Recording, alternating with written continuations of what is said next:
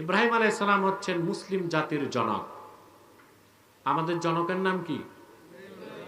জোরে বলেন। আমরা ইব্রাহিম আলাইহিস সালামকে বাদ দিয়া রাজনৈতিক স্বার্থে, সাংস্কৃতিক স্বার্থে অন্য কাউকে বাপ বানাতে পারি না। এই সুযোগ মিল্লাতা আবিকুম ইব্রাহিম হুয়া সাম্মাকুমুল মুসলিমিন। আল্লাহ কর্তৃক নির্ধারিত জনক একজন, কে? ইব্রাহিম আলাইহিস সালাম। পৃথিবীর সমস্ত মুমিনদের আধ্যাত্মিক পিতা, সুবহানাল্লাহ, রাসূলুল্লাহ সাল্লাল্লাহু আলাইহি ওয়াসাল্লাম, ঠিক না? মানব জাতির আদি পিতা আদম আলাইহিস সালাম। প্রত্যেকটা মানুষের আছে জন্মদাতা পিতা, আর মিল্লাতের পিতা ইব্রাহিম খলিলুল্লাহ। এর বাইরে যাকে তাকে পিতা বানাবার কোনো সুযোগ নাই। এগুলো আমরা করছি, এতদিন করছি না? কথা বলে না, কিন্তু এই সুযোগ ইসলামে নাই। হযরত ইব্রাহিম আলাইহিস সালাম আমাদের পিতা এবং আমাদের নেতা। নেতা বানাবার আগে আল্লাহ তার পরীক্ষা নিলেন। কি নিয়েছেন? সর্বপ্রথম পরীক্ষাই ছিল তার জ্ঞানগত পরীক্ষা। সুবহানাল্লাহ বলে। তার বয়স যখন কম, ওনার বাড়ি ছিল ইরাকের বাবেলে। কোথায়? বাবেল শহরে। ওখানে রাজত্ব করত নমরুদ। সেই এলাকার সবগুলো মানুষ ছিল পৌত্তলিক মূর্তি পূজারী, প্রকৃতি পূজারী। কেউ করত চাঁদের পূজা, কেউ সূর্যের পূজা, কেউ নক্ষত্রের পূজা, কেউ আকাশের পূজা, কেউ আগুনের পূজা, কেউ মূর্তি দেবদেবীর পূজা। আল্লাহ রাব্বুল আলামিন বলেন, হযরত ইব্রাহিম আল্লাহর তাওহীদের পথে অগ্রসর হতে লাগলেন। সমস্ত পৌত্তলিকতা, সৃষ্টির ইবাদত থেকে মুখ ফিরিয়ে তিনি আল্লাহমুখী হয়ে গেলেন। বলেন সুবহানাল্লাহ। কিভাবে? আল্লাহ কোরআন শরীফে বলেন, ফালাম্মা জান্না আলাইহিল লাইলু রাআ কাওকাবা ক্বালা হাযা রাব্বি ফালাম্মা আফালা ক্বালা লা উহিব্বুল আফিলিন। ছোট্ট মানুষ হযরত ইব্রাহিম, কিশোর বালক, মাত্র জ্ঞান আসছে।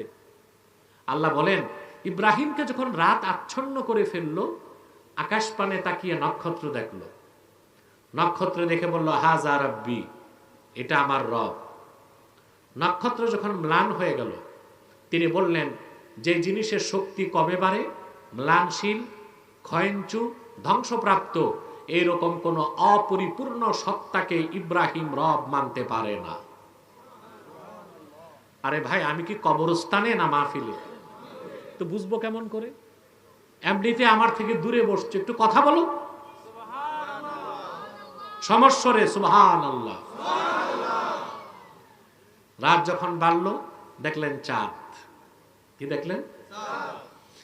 আল্লাহ রাব্বুল আলামিন বলেন, ফালাম্মা রাআল কমারা বাযিগান ক্বালা হাযা রাব্বি ফালাম্মা আফালা ক্বালা লাইন লাম ইয়াহদিনি রাব্বি লাআকুনান্না মিনাল কওমিদ দাল্লিন।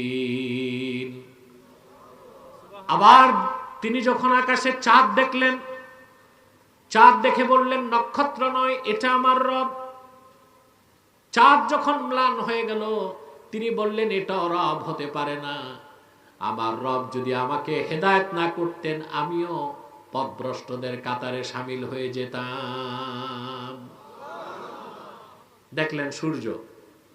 আল্লাহ পাক বলেন, فلما رأى الشمس بازغة قال هذا ربي هذا أكبر فلما أفل قال يا قوم إني بريء مما تشركون। সূর্য দেখলেন, দেখে বললেন, এটা বড়, এটা আমার রব। সূর্য যখন ডুবে গেল তিনি বললেন, না, এটাও রব হতে পারে না। হে আমার জাতি, হে আমার কওম, তোমরা যেগুলোর পূজা করো, ইবাদত করো, এই সমস্ত শিরক থেকে আমি ইব্রাহিম মুক্ত, বলেন সুবহানাল্লাহ। এখন এখানে একটা প্রশ্ন আসে, কি আসে? যতক্ষণ তিনি তারকাকে রব বলছেন ততক্ষণ কি শিরক হয় নাই? প্রশ্ন আসে। যতক্ষণ সূর্যকে রব মানছেন ততক্ষণ কি শিরক হয় নাই? বুঝে শুনে বলতে হবে। এখানেই তো পরিচয়, কে খাঁটি সুন্নি আর কে ভণ্ড। যতক্ষণ সূর্যকে রব মানছেন ততক্ষণ কি শিরক হয় নাই? আল্লাহর কোন একজন পয়গম্বর ইচ্ছায় বা অনিচ্ছায় শিরক কুফর তো দূরে থাক, কবিরা গুনাহ করে না। এটাই আমাদের আকীদা ও বিশ্বাস, ঠিক কি না? আহলুস সুন্নাহ ওয়াল জামাতের বিশুদ্ধ আকীদা, আল আম্বিয়াউ মুনাজ্জাহুনা মিনাল কাবাইরি ওয়াস সাগাইর, আল্লাহর নবীগণ সমস্ত কবিরা সগীরা গুনাহ থেকে পবিত্র ছিলেন। সুবহানাল্লাহ। কোন একজন পয়গম্বর নবুয়ত পাবার আগে, পরে তো প্রশ্নই আসে না, নবুয়ত পাবার আগেও কোন একজন পয়গম্বর কবিরা সগীরা গুনাহ করেন নাই। আল্লাহু আকবার বলেন। এখন প্রশ্ন আসে, তো ইব্রাহিম আলাইহিস সালাম যতক্ষণ, মাইকে ইকোটা বন্ধ করো না, ইকো বন্ধ করো। তো ডবল হয় কেন? দেয়ালে লাগে, ওটা একটু কমাই দিলেই তো হয়। হয় মাইক সরাও, নয় বিল্ডিং সরাও, একটা তো করতে হবে। ওই যে আগে আপনাদের কচুয়ার মন্ত্রী ছিল একটা মগা, সে বলছিল হেফাজতের লোকরা ধাক্কা দিয়ে রাপা প্লাজা ফালাই দিছে, বলছিল না রানা প্লাজা। তা আমার মনে পড়ছে, এই জন্য বললাম বিল্ডিং সরাও নয় মাইক সরাও, একটা তো করতে হবে। যতক্ষণ ইব্রাহিম আলাইহিস সালাম নক্ষত্রকে রব বলছেন, শিরক হয়েছে কিনা? চাঁদকে বলছেন, শিরক হয়েছে? আবুল আলা মওদুদী সাহেব এটা বুঝে নাই। এই জন্য তাফহিমুল কোরআনে তিনি লিখে দিচ্ছেন, कुछ अरसे के लिए इब्राहिम अलैहिस्सलाम शिर्क में मुब्तला हो गए थे। बोले नाउजुबिल्लाह, যে কিছু সময়ের জন্য ইব্রাহিম আলাইহিস সালাম শিরকে লিপ্ত হয়েছিল। নাউজুবিল্লাহ বলেন। তা ওই নিজে যা বুঝলাম তা তাফসীর করলে ওটা তাফসীর হয় না, তাফসীর বির রায় হয়, মন গড়া তাফসীর। দুনিয়ার সমস্ত মুফাসসির একমত, হযরত ইব্রাহিম যখন বলেছেন, নক্ষত্রকে বলেছেন হাদা রাব্বি, এখানে কথাটা উজ্জ আছে, হাদা রাব্বি ফি জামিকুম, ওনার সামনে ছিল নক্ষত্র পূজারীরা, তাদেরকে তিনি লক্ষ্য করে বললেন, এটা তোমাদের ধারণায় আমার রব, এটা রব হতে পারে না। যখন তিনি চাঁদ দেখেছেন তখন বলেছেন, চন্দ্র পূজারীরা, তোমাদের ধারণায় এটা আমার রব, এটাও রব হতে পারে না। যখন সূর্য দেখেছেন তখন ছিল সূর্য পূজারীরা, তাদেরকে বলেছেন, তোমাদের ধারণায় এটা আমার রব, এটাও রব হতে পারে না। শোনো রবকে, ইন্নী ওয়াজ্জাহতু ওয়াজহিয়া লিল্লাযী ফাতারাস সামাওয়াতি ওয়াল আরদা হানিফান ওয়া মা আনা মিনাল মুশরিকিন। আমরা যে নামাজ পড়ি, নামাজ কবুল হয় না তো। যার নামাজ কবুল হয় সে গুনার কাজ করতে পারে না। কথা বলেন। আমাদের দেশে দেখি নামাজ পড়তে পড়তে বাটকারার মতো দাগ হয়ে গেছে, কিন্তু সমানে সুদ খায়, ঘুষ খায়। বিচারে বসলে দুই দিক থেকে আকিস বিড়ির প্যাকেট নেয়। এগুলো নাই তো আপনাদের দেশে? কম আছে নাকি?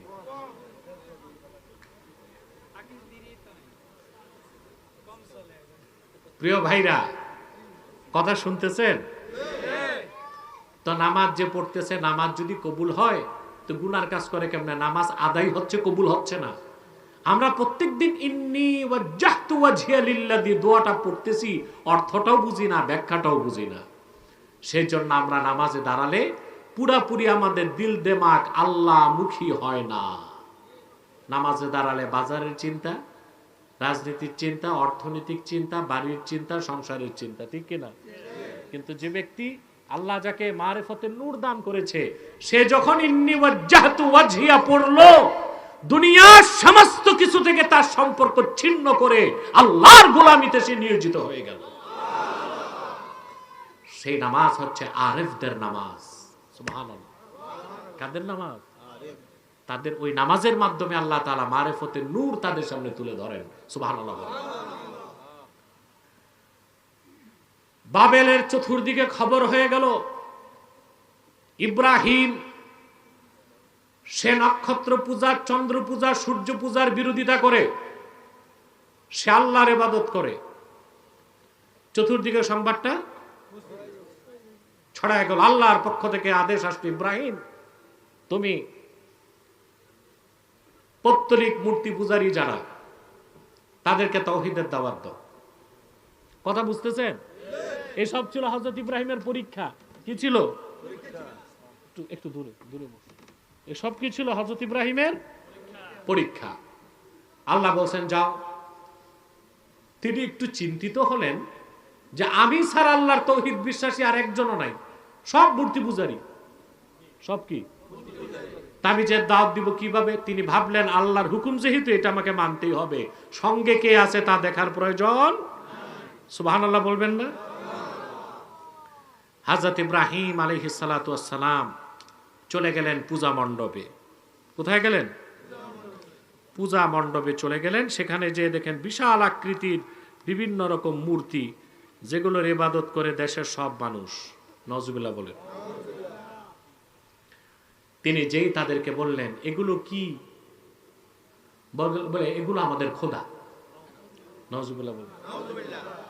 তিনি বললেন إذ قال لأبيه وقومه ما هذه التماثيل التي أنتم لها عاكفون।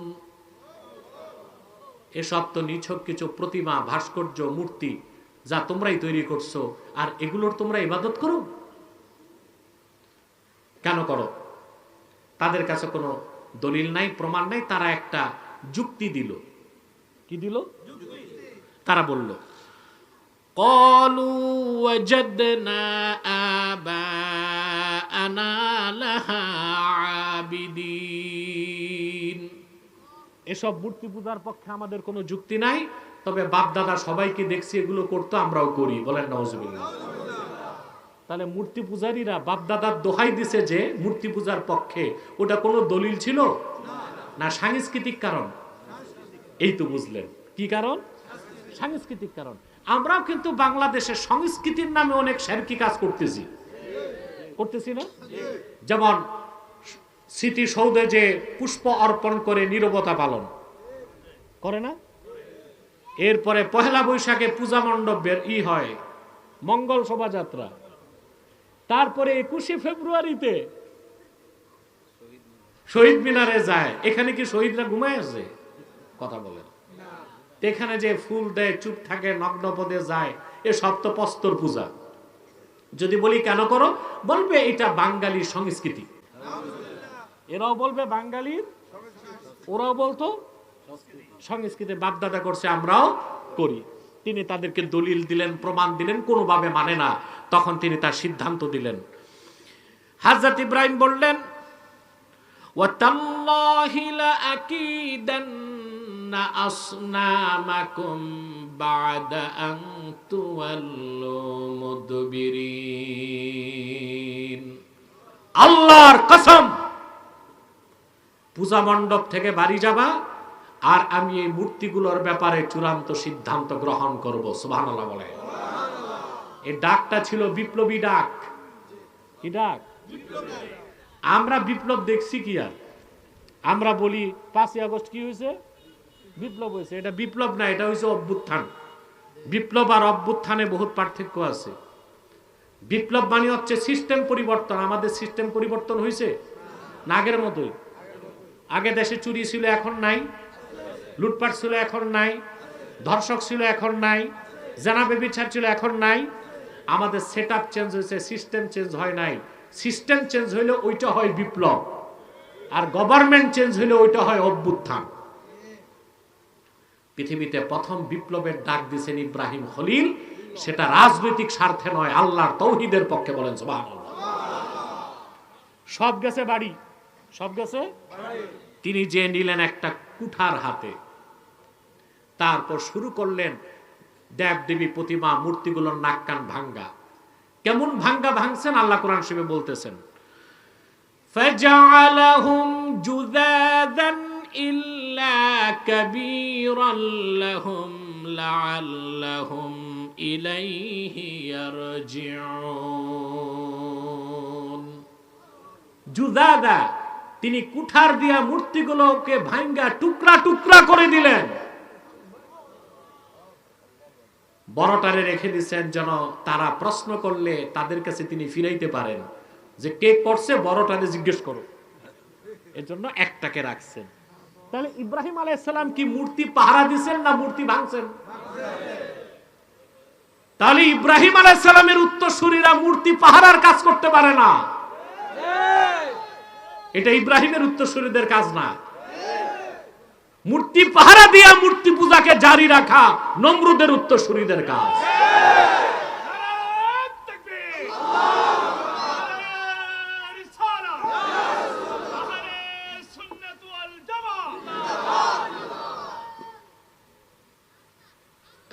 আমরা বলতেছি না যে যে সব মূর্তি ভেঙে ফেলবো। আইন তো হাতে তুলে নেওয়া যায় না, কিন্তু পাহারাও তো দেওয়া যায় না। মূর্তি পাহারার দায়িত্ব সরকারের। কার? আমরা দেখছি 5ই আগস্টের পরে একেবারে সাদা দাড়িওয়ালা, টুপিওয়ালা, জুব্বাওয়ালা, মৌলবী, মোল্লা, আলেম সব জায়গায় মূর্তি পাহারা দিছে।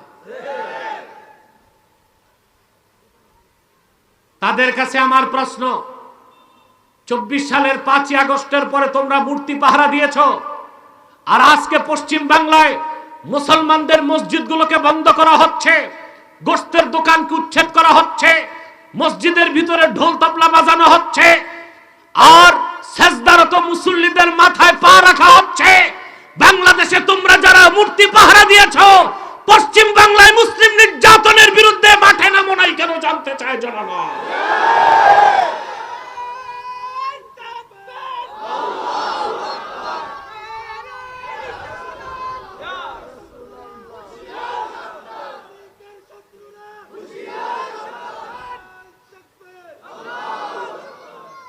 ওনারা এখন চুপ,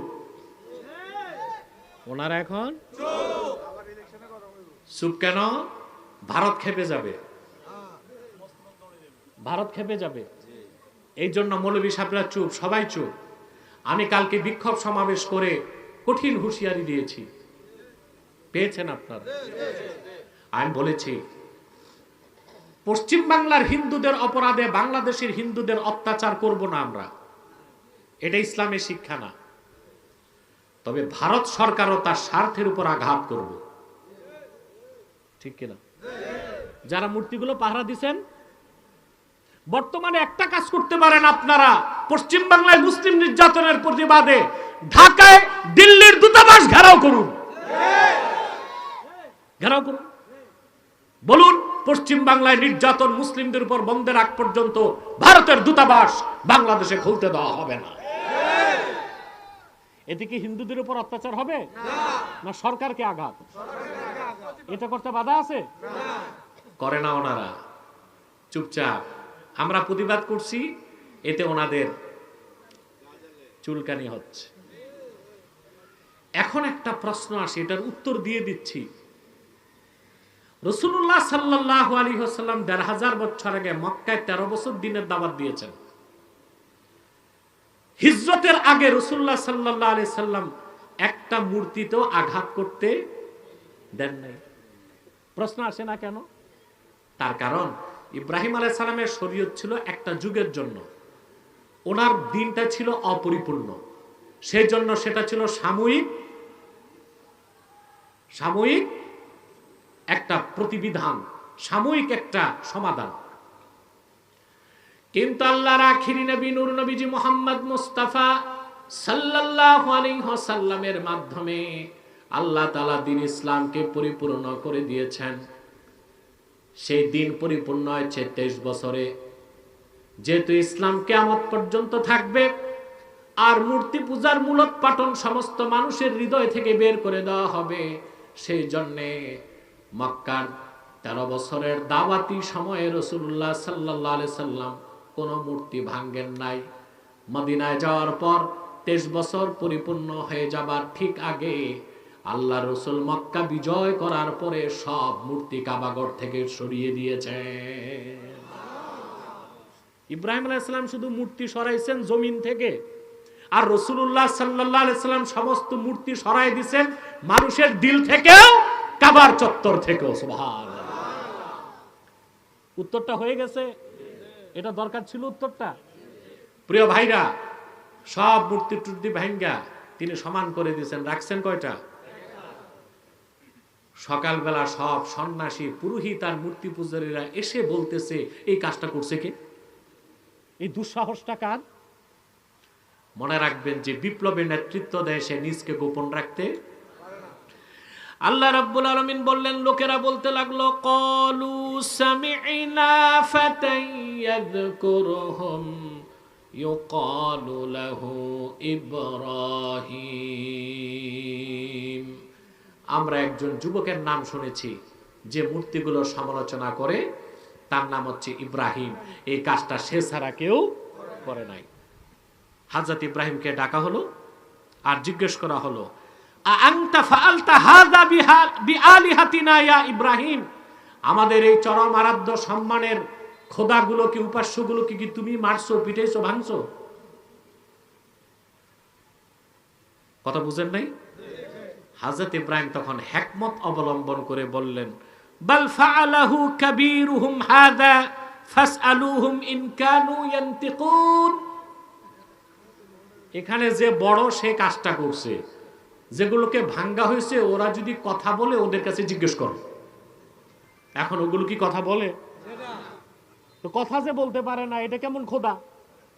কথা বলে না। তখন বাকি সাধারণ জনগণের চোখ খুলে গেছে।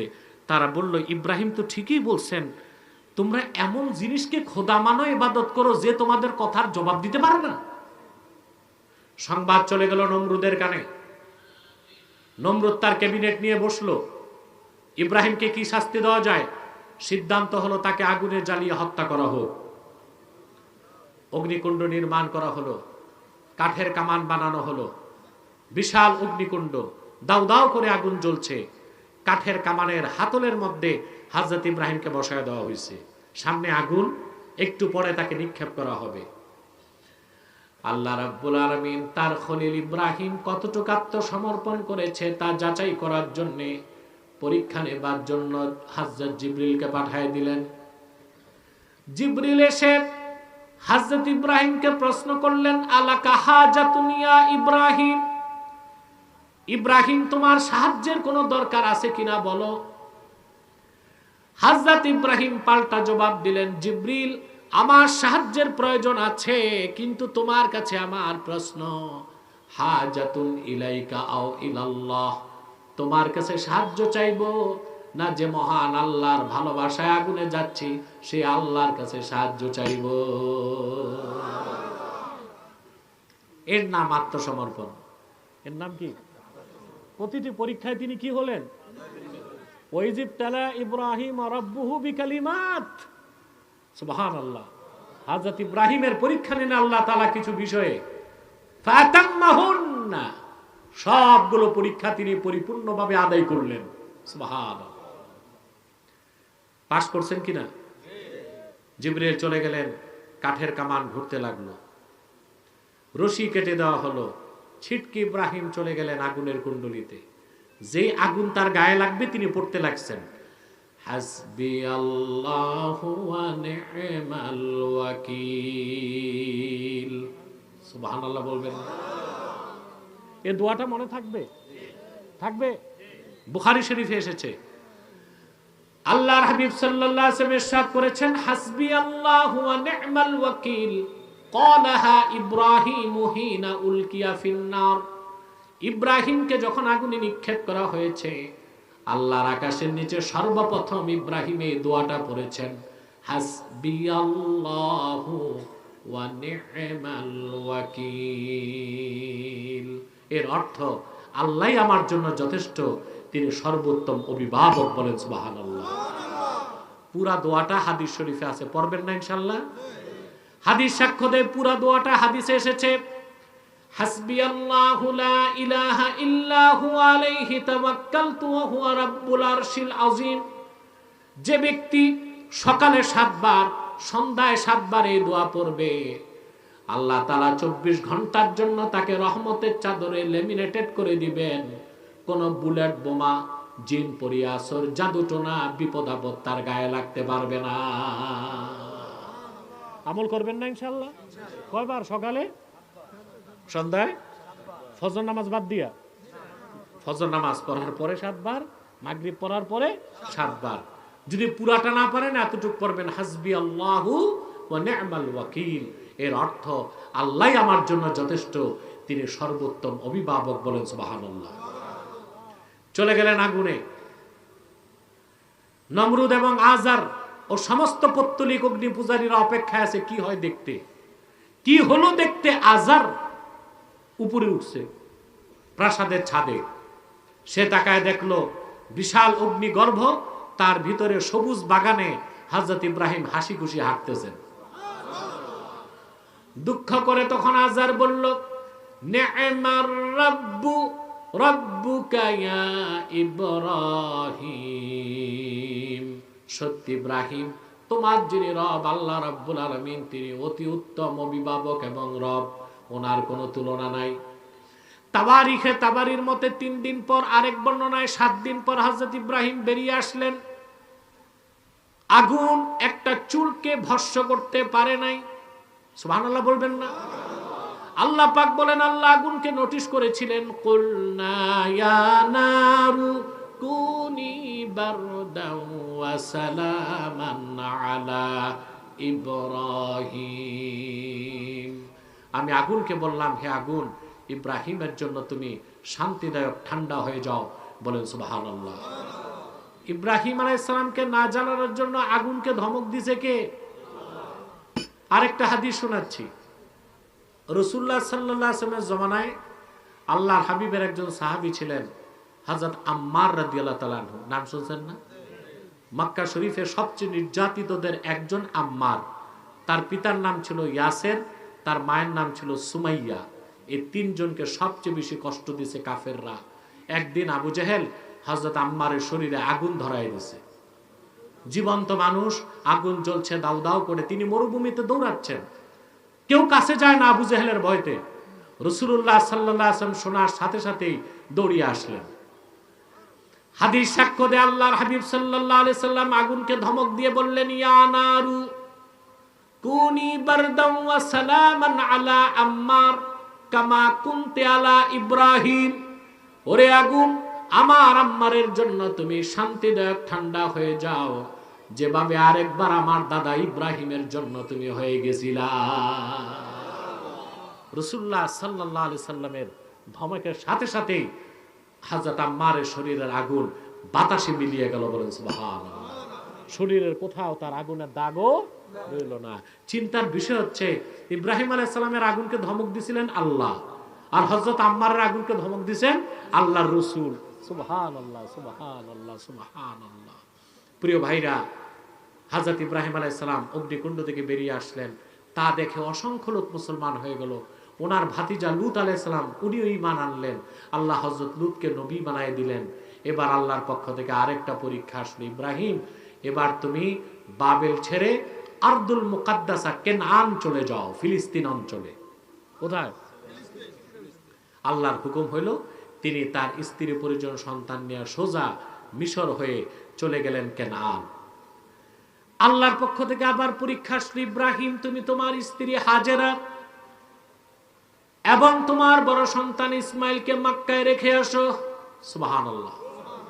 হযরত ইব্রাহিমের কয়জন স্ত্রী ছিল? জোরে নাম বলেন তো। না, হযরত ইব্রাহিমের 3 জন স্ত্রী ছিল, এটা আপনাদের জানা নাই। একজন হাজেরা, আরেকজন সাররা, আরেকজন কোতায়রা। আরেকজনের নাম ছিল কোতায়রা। এটা আমাদের অনেকেরই জানা নাই। আমরা মনে করি ওনার 2 স্ত্রী ছিল। আমার স্ত্রী ছিল কয়জন? 3 জন। কোতায়রা ছিল তৃতীয় স্ত্রী।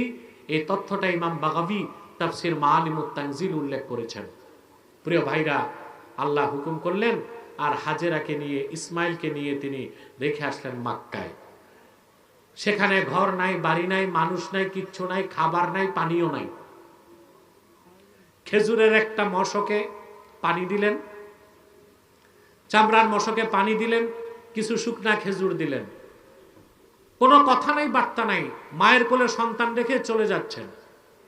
পিছন দিক থেকে বুখারী শরীফের হাদিস, রাসূলুল্লাহ সাল্লাল্লাহু আলাইহি ওয়াসাল্লাম বলেন, ফানাদাতহু উম্মু ইসমাঈল, ইসমাইলের মা হাজেরা তাকে ডাক দিয়েছেন, কোনো জবাব নাই। কোনো জবাব নাই। আবার ডাক দিয়েছেন, জবাব নাই। তৃতীয়বার ডাক দিয়েছেন, জবাব নাই।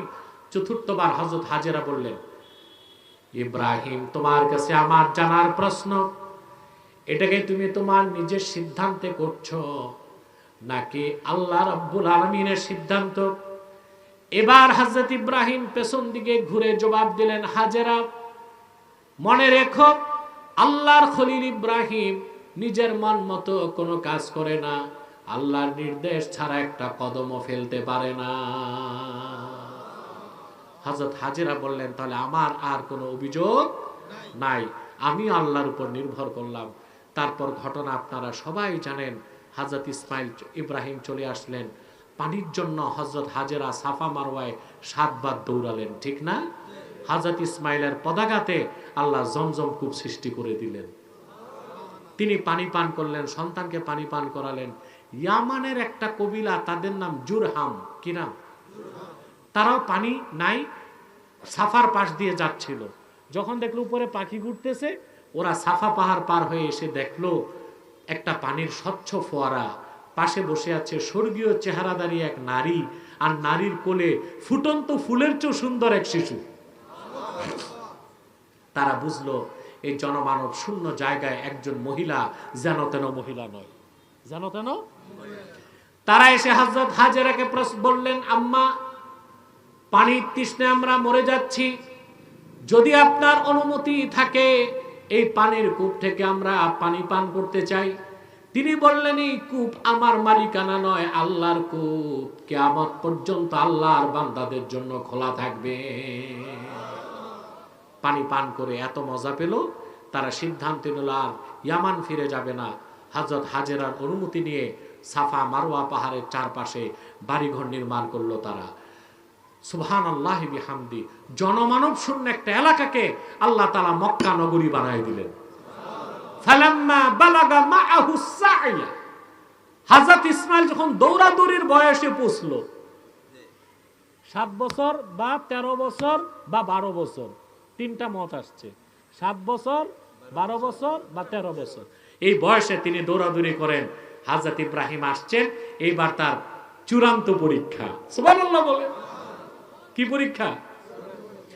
হযরত ইব্রাহিম ইসমাইলকে বুকে জড়ায় ধরলেন। সন্তানের ভালোবাসা যখন তার হৃদয়ে ঢেউ সৃষ্টি করে দিল, আল্লাহ তাআলা স্বপ্নে 3 দিন তারে পরপর দেখালেন, তুমি তোমার সবচেয়ে প্রিয় জিনিসটা আল্লাহর জন্য কোরবানি করো। আল্লাহর পয়গম্বর ইব্রাহিম বুঝতে পেরেছিলেন নবীদের স্বপ্ন নিছক স্বপ্ন নয়, সেটা ওয়াহি। সেটা কি? নবীগণের স্বপ্ন কি ছিল? নবীদের স্বপ্ন ছিল ওয়াহি। কি ছিল? ওয়াহি। সুবহানাল্লাহ। তিনি সন্তানকে ডেকে বললেন, ইন্নী আরা ফিল মানামি আন্নী আযবাহুক ফানজুর মাযা তারা, আমি স্বপ্ন দেখলাম যে আমি তোমাকে জবাই করছি, তুমি এখন চিন্তা করে দেখো। তাৎক্ষণিক, তখনও বালেগ হয় নাই, ছেলেরা বালেগ হয় 15 বছর বয়সে। তাৎক্ষণিক হযরত ইসমাইল উত্তর দিয়ে দিলেন, ইয়া আবাতি ফআল মা তুমার সাতাজিদুনি ইনশাআল্লাহু মিনাস সাবিরিন। প্রিয় পিতা আমার, আপনি আল্লাহ যা হুকুম করছেন তা জলদি করুন, আমার পক্ষ থেকে কোনো আপত্তি নাই। অনতি বিলম্বে আপনি আমাকে ধৈর্যশীলদের মধ্যে পেয়ে যাবেন। ঘটনাটা লম্বা করছি না, তিনি সন্তানকে নিয়ে গেলেন মিনাতে, হাত পা বেঁধে জবাই করবেন। হযরত ইসমাইল তাকে বললেন, পিতাজি আমার 3টি আবেদন আপনার কাছে। তার প্রথমটা হচ্ছে তুরসিলু সাউবি ইলা উম্মি হাজার, আপনি আমাকে জবাই করবেন, জবাইয়ের পর আমার কাপড়গুলো আমার মা হাজেরার কাছে পৌঁছে দিবেন। আমার দ্বিতীয় আবেদন হচ্ছে, আপনি আমাকে যখন জবাই করবেন তুকাল্লিবু ওয়াজহি ইলাল আরদ, আমার চেহারাটা মাটির দিকে ঘুরাই দিবেন, যেন আপনার সাথে চোখাচোখি আমার না হয়। সুবহানাল্লাহ বলবেন না? 3 নাম্বার, আমার হাত পা বেঁধে নিবেন। জবাই করার সময় আমি যদি হাত পা নাড়াই, আল্লাহ রাব্বুল আলামিনের হুকুম মানার ক্ষেত্রে ব্যাঘাত হয়ে যাবে। আল্লাহ পাক বলেন, 3 শর্ত পূরণ করে হযরত ইব্রাহিম সন্তানকে কাত করে শোয়াই দিলেন। কোরআন শরীফ আল্লাহ তাআলা বলেন, আসলামা ওয়া তাল্লাহু লিল জাবিন। সুবহানাল্লাহ। আল্লাহ তাসনিয়া সিগা ব্যবহার করছেন, ফালাম্মা আসলামা, পিতা পুত্র দুজনই যখন আত্মসমর্পণ করলো। একজন করছে না দুইজন? পিতা পুত্র দুজনই যখন আত্মসমর্পণ করলো আর চিৎ করে সন্তানকে পিতা শোয়াই দিল, পরীক্ষা তো হয়ে গেছে, আমি ছুরিকে ভোঁতা বানায় দিলাম। ছুরি চালাচ্ছে, ছুরি কাজ করতেছে না। আল্লাহ তাআলা ডাক দিয়ে বলেন, আমি ডাক দিয়ে বললেন, কাসাদদাক্তার রুইয়া ইন্না কাযালিকা নাজজিল মুহসিনিন। ইব্রাহিম, তুমি স্বপ্নকে সত্য বানাই দিছো, তোমার সদিচ্ছা আমি দেখে ফেলেছি, তাকে জবাই করতে হবে না। জান্নাত থেকে দুম্বা পাঠায় দিলেন, তিনি জবাই করলেন। সেই শুরু হয়ে গেল কোরবানির ইতিহাস। বলেন সুবহানাল্লাহ। তা হযরত ইব্রাহিমের চূড়ান্ত পরীক্ষা কি ছিল? জোরে বলতে হবে। এতগুলো পরীক্ষা দেবার পরে আল্লাহ পাক বলেন, ক্বালা ইন্নী জাইলুকা লিন-নাসি ইমামা। হযরত ইসমাইলকে তিনি কোরবানি করতে চাইলেন, সুবহানাল্লাহ, করতে পারলেন না। কিন্তু কোরবানির সওয়াব পাইছেন কিনা? কারণ আল্লাহ দেখেন দিল, কি দেখেন? সদিচ্ছা দেখেন। আল্লাহ দেখছেন হযরত ইব্রাহিমের 100% সদিচ্ছা ছিল সন্তানকে জবাই করবেন। জবাই ছাড়াই আল্লাহ কোরবানিকে কবুল করে নিলেন। বিনিময়ে দুম্বা পাঠিয়ে কোরবানির রেওয়াজ চালু করে দিলেন। হযরত ইব্রাহিম আলাইহিস সালাম এতগুলো পরীক্ষা দিয়ে উত্তীর্ণ হওয়ার পর আল্লাহ বললেন, ইব্রাহিম আমি তোমাকে নেতা বানাবো মানুষের। তাহলে বোঝা যায় মুসলমানদের নেতৃত্ব দিতে নেতাকে ইমানের পরীক্ষায় উত্তীর্ণ হতে হবে কিনা বলেন? আমাদের নেতাদের ইমানই তো নাই, ইমানের পরীক্ষায় উত্তীর্ণ হবে কেমন করে? আমরা কাদেরকে নেতা বানাই? আমাদের দেশে অধিকাংশ রাজনৈতিক নেতা বেনামাজি। ঠিকটা তো ঠিক মতো বললেন না? ব্যবসার মধ্যে আছে চুরি,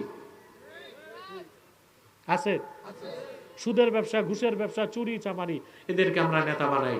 অথচ মুসলমানদের খাসলাত হবে তারা নেতা বানাবে যাকে দেখতে হবে তার ঈমান আছে কিনা, নামাজ পড়ে কিনা, চরিত্র ঠিক কিনা।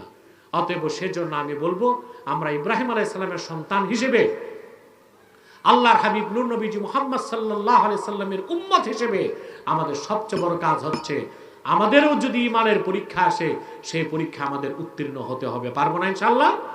আর সামনে কোরবানি সমাগত, আমাদের নিয়তগুলোর জন্য ঠিক হয়। পারবো তো ইনশাআল্লাহ? কে কত বড় গরু কোরবানি দিবেন এটা কিন্তু আল্লাহ দেখবেন না, আল্লাহ দেখবেন কার নিয়ত কত ঠিক আছে। ঠিক কিনা?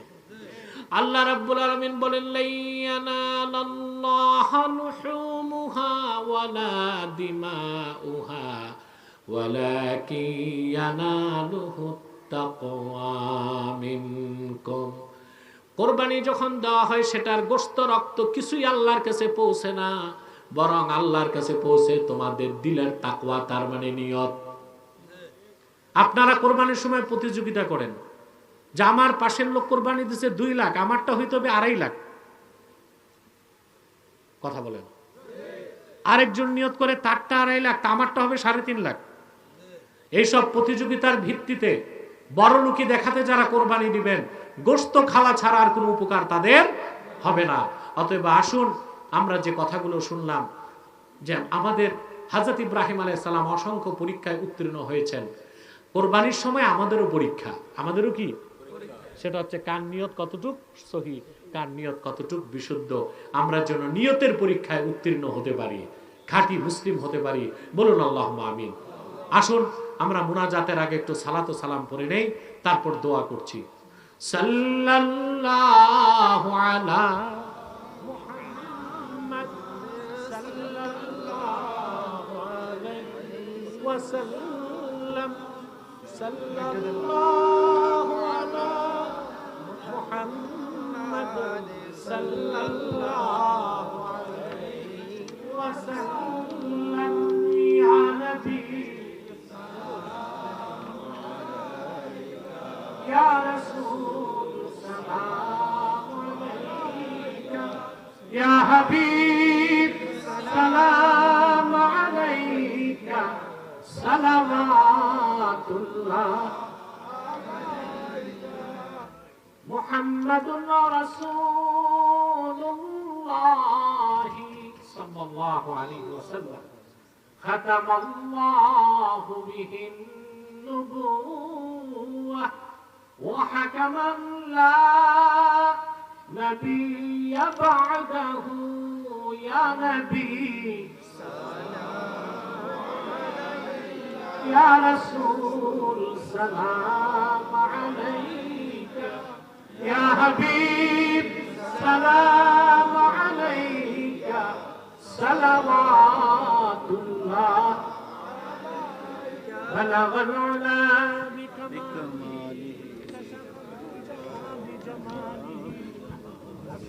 جميع خصاله صلوا عليه وآله بلغ العلا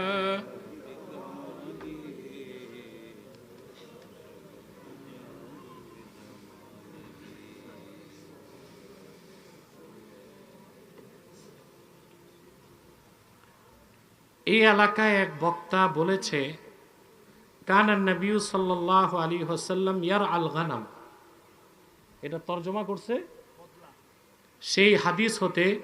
এই হাদিসের তরজমা করতে যে বলেছে রাসূল সাল্লাল্লাহু আলাইহি ওয়াসাল্লামের শানে বদলা শব্দ ব্যবহার করছে, নাউজুবিল্লাহ। এটা চরম পর্যায়ের বেয়াদবি হয়েছে, তার ক্ষমা চাইতে হবে, এবং এটা কুফর হয়েছে। কারণ সকল মাযহাব একমত যে রাসূলুল্লাহ সাল্লাল্লাহু আলাইহি ওয়াসাল্লামের আরশচুম্বী সম্মান মর্যাদাকে খাটো করতে কোনো শব্দ কেউ ব্যবহার করলে সেটা কুফর। সেটা কি আমি বলবো তাকে তওবা করতে, নতুবা তার উপর গজব আসবে। রাসূলুল্লাহর শানে কি রকম শব্দ ব্যবহার করতে হয় এতটুকু জ্ঞান যার নাই, তার তো ওয়াজ করাই জায়েজ নেই। জন্য দোয়া পড়ানো হয়, সেই খাওয়া স্বাদ লাগে, শয়তান সেখানে প্রস্রাব করে, নাউজুবিল্লাহ। 4 দিনের দিন খাওয়ানো যাবে কি যাবে না এটা নিয়ে একটা মাসালাগত দ্বন্দ্ব থাকতে পারে, কিন্তু ওইটা শয়তান পেশাব করে, এটা ও কেমনে বলল? এসব উদ্ভট লাগামহীন ভারসাম্যহীন বক্তব্যের মাধ্যমে উম্মাহের মধ্যে কলহ সৃষ্টি করে তারা, ঠিক কিনা? এই টাইপের মৌলবীরাই দেখবেন ওই আল্লাহর ওলিদের মাজার জিয়ারত নিষেধ করে আর মূর্তিগুলো পাহারা দেয়। ওদের ফতুয়ার কি মূল্য আছে?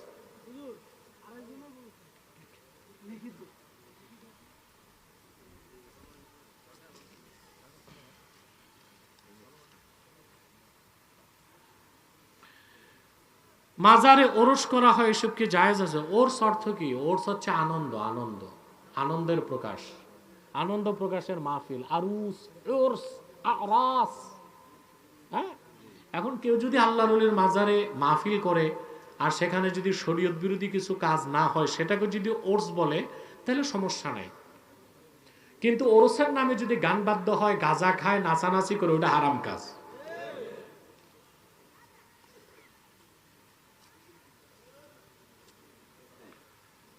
পরিবারের জনসংখ্যা বেশি হলে 1 ভাগ কোরবানির গোশত যদি 3 ভাগ না করি তবে কোরবানি কবুল হবে? কোরবানি কবুলও হবে, সওয়াবও হবে, কোনো ক্ষতি হবে না, তবে 3 ভাগ করাটা মুস্তাহাব। বর্তমান সময়ে সর্বনিম্ন কত টাকার মালিক হলে কোরবানি ওয়াজিব?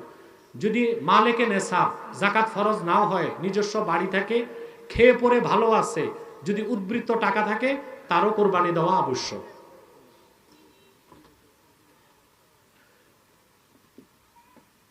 কোরবানি ওয়াজিব হওয়ার পরও যদি কোরবানি আদায় না করে তবে তার বিধান কি? সে লোকটা ফাসেক বলে গণ্য হবে।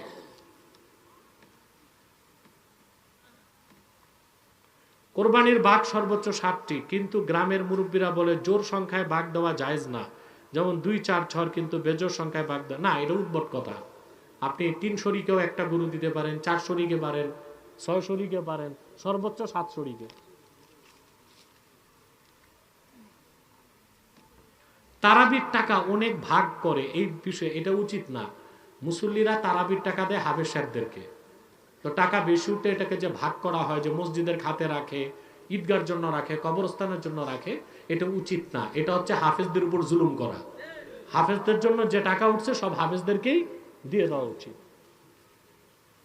আমি দোয়া করি আপনাদের জন্য। আমাদের এখানে মাওলানা নজরুল ইসলাম সাহেব, তিনি আলহামদুলিল্লাহ আজকের বিশেষ বক্তা, কিন্তু সময় পান নাই, সময়টা কম পেয়েছেন, সেজন্য দুঃখিত আমি। তারপরে সমন্বয়ক কোথায়? বিল্লাল হোসেন কোথায়? আপনি প্রধানমন্ত্রীর প্রোগ্রাম করে আসছেন, আপনার যদি এই অবস্থা, তা বাকিদের কি অবস্থা? ওরা তো ঘুমাচ্ছে। জি, তারপরে এখানে সভাপতি মনির আহমদ সাহেব তো অসুস্থ, আমি দোয়া করি তার জন্য। আমাদের আব্দুল কাদের কোথায়? রাসেল আটিয়া, ও খুব উদ্বেগী মানুষ, দোয়া করবেন তার জন্য। আল্লাহ কবুল করুক, মঞ্জুর করুক সকলকে। এটা কি?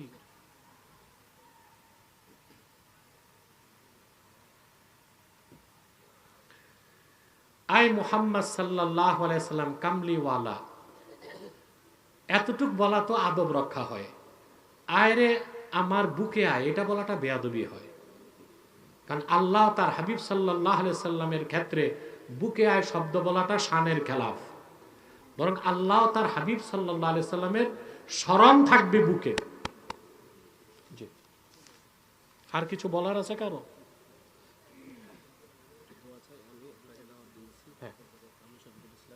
আমি সবার জন্য দোয়া চাই। আব্দুল মান্নান কোথায়? মাওলানা আব্দুল মান্নান কই? আমাদের শফিকুল ইসলাম, আলহামদুলিল্লাহ 2-3 ভাই তারা গেছিল। ফরিদ হোসেন, মাওলানা আরিফুল্লাহ, সবার জন্য দোয়া করবেন। রহমতুল্লাহ, মাওলানা আব্দুর রহমান, সবার জন্য দোয়া আছে। আল্লাহ আমাদের সকলকে কবুল করুক, মঞ্জুর করুক। আমার 2টি কিতাব স্টেজে আছে। নির্বাচিত তাফসির প্রথম খণ্ড সূরা ফাতিহার তাফসির, এটা নিয়ে যাবেন। নির্বাচিত তাফসির দ্বিতীয় খণ্ড সূরা ইখলাস ও সূরা ইনশিরাহের তাফসির, পারলে নিয়ে যাবেন। ربنا ظلمنا أنفسنا وإن لم تغفر لنا وترحمنا لنكونن من الخاسرين। আল্লাহ তাআলা আজকের এই বরকতপূর্ণ ওয়াজ ও দোয়ার মাহফিলে তোমার যত জাকের শাকের বান্দা আছে, পর্দার আড়ালের মা বোনেরা আছে, আমাদের সকলের হাতকে কবুল করে নাও, জিন্দেগীর গুনাহ খাতাগুলো মাফ করে দাও। হৃদয়ের গভীর থেকে দোয়া করি, আল্লাহ তোমার আখিরি নবী নূর নবীজি আমার মুহাম্মদ মুস্তাফা সাল্লাল্লাহু আলাইহি ওয়াসাল্লাম আজ থেকে ১৫০০ বছর আগে দুনিয়ার থেকে বিদায় নিয়েছেন। হায়াতুন নবী হিসেবে জান্নাতুল ফেরদৌস রওজা মুবারকে বিশ্রাম নিয়েছেন। আল্লাহ জীবনে একবার তোমার আখিরি নবী নূর নবীজি আমার মুহাম্মদ মুস্তাফা সাল্লাল্লাহু আলাইহি ওয়াসাল্লামের জান্নাতুল ফেরদৌস রওজা মুবারক উপস্থিত হয়ে গো আল্লাহ তোমার হাবিবের নূরের কদমে দরুদ ও সালামের হাদিয়া দেবার আগে আল্লাহ তুমি ডাক দিও না। আল্লাহ তাআলা একবার একাধিকবার যারা সোনার মদিনায় নূরের মদিনায় যেতে পেরেছি, আল্লাহ জীবনে বারবার তোমার আখিরি নবী নূর নবীজি মুহাম্মদ মুস্তাফা সাল্লাল্লাহু আলাইহি ওয়াসাল্লামের নূরের শহর মদিনাতুল মুনাওয়ারা জিয়ারতের জন্য তাদের কপালটা খুলে দাও। হৃদয়ের গভীর থেকে দোয়া করি, আল্লাহ তোমার আখিরি নবী নূর নবীজি আমার মুহাম্মদ মুস্তাফা সাল্লাল্লাহু আলাইহি ওয়াসাল্লামের নূরের চেহারা মোবারক স্বপ্ন একবার দেখে গো আল্লাহ জান্নাত ওয়াজিব হবার আগে তুমি ডাক দিও না। আল্লাহ একবার বা একাধিকবার যারা তোমার আখিরি নবী নূর নবীজি আমার মুহাম্মদ মুস্তাফা সাল্লাল্লাহু আলাইহি ওয়াসাল্লামের নূরের চেহারা মোবারক স্বপ্নে দেখার সৌভাগ্য লাভ করেছে, জীবনে বারবার দেখার জন্য তাদের কপালটা তুমি জান্নাতি কপাল বানায় দাও। আল্লাহ তাআলা আমাদের অনেকের বাবা নাই, অনেকের মা নাই, অনেকের বাবা মা একজনও নাই। যত মানুষের বাবা মা দুনিয়ার থেকে বিদায় নিয়ে অন্ধকার কবরে চলে গেছে, আল্লাহ সকল মুসলমান বাবা মার কবরকে আল্লাহ তুমি দয়া করে জান্নাতের বাগান বানায় দাও রব্বুল আলামিন। এই মাহফিলের জন্য যুবক বন্ধুরা পরিশ্রম করেছে, খেটেছে। প্রত্যেক যুবককে খাঁটি ইমানদার বানায় দাও, সহিহ আকীদার ধারক বানায় দাও, আহলুস সুন্নাহ জামাতের অনুসারী বানায় দাও, খাতমে নবুয়ত আন্দোলনের সৈনিক বানায় দাও, নামাজি বানায় দাও, চরিত্রবান বানায় দাও। যে যুবকটা বেকার তাকে কর্মসংস্থানের ব্যবস্থা করে দাও। যার ব্যবসা আছে ব্যবসায় বারাকা দাও।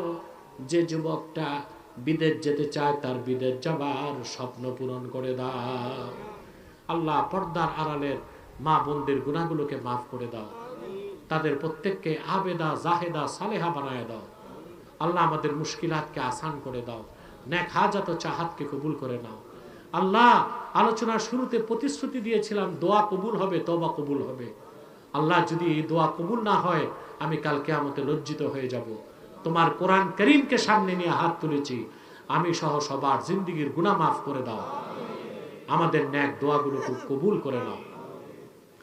আল্লাহুম্মা আইন্না আলা তাআতিকা ওয়া যিকরিকা ওয়া শুকরিক ওয়া হুসনি ইবাদাতিক ইয়া হাইয়্যু ইয়া কাইয়্যুম বিরহমাতিকা নাস্তাগীস আসলিহ লানা শানানা কুল্লাহ ওয়া লা তাকিলনা ইলা আনফুসিনা তারফাতা আইন ফাতিরাস সামাওয়াতি ওয়াল আরদি আনতা ওয়ালিয়ুনা ফিদ দুনিয়া ওয়াল আখিরাহ তাওয়াফানা মুসলিমিনা ওয়া আলহিকনা বিসসালিহিন। আল্লাহুম্মা ইন্না নাতাওয়াসসালু ইলাইকা বিওয়াসিলাতি হাবিবিকাল মুহতারাম নবিকাল খাতিম সাইয়্যিদিনা ওয়া সাইয়্যিদিল আবরার নবিয়িনা ওয়া নবিয়িল আমবিয়া মুহাম্মদ ইবনে আব্দুল্লাহ নবিয়িল্লাহ রাসূলিল্লাহ সাল্লাল্লাহু আলাইহি ওয়াসাল্লাম الذي أكملت به قصر النبوة وحكمت لا نبي بعده وأعلنت في القرآن بالبرهان أن محمدا صلى الله عليه وسلم خاتم النبيين والمرسلين قبل 1500 سنة وصلى الله تعالى على خير خلقه نبينا محمد نور الله وعلى آله وصحبه أجمعين برحمتك يا أرحم الراحمين. السلام عليكم ورحمة الله.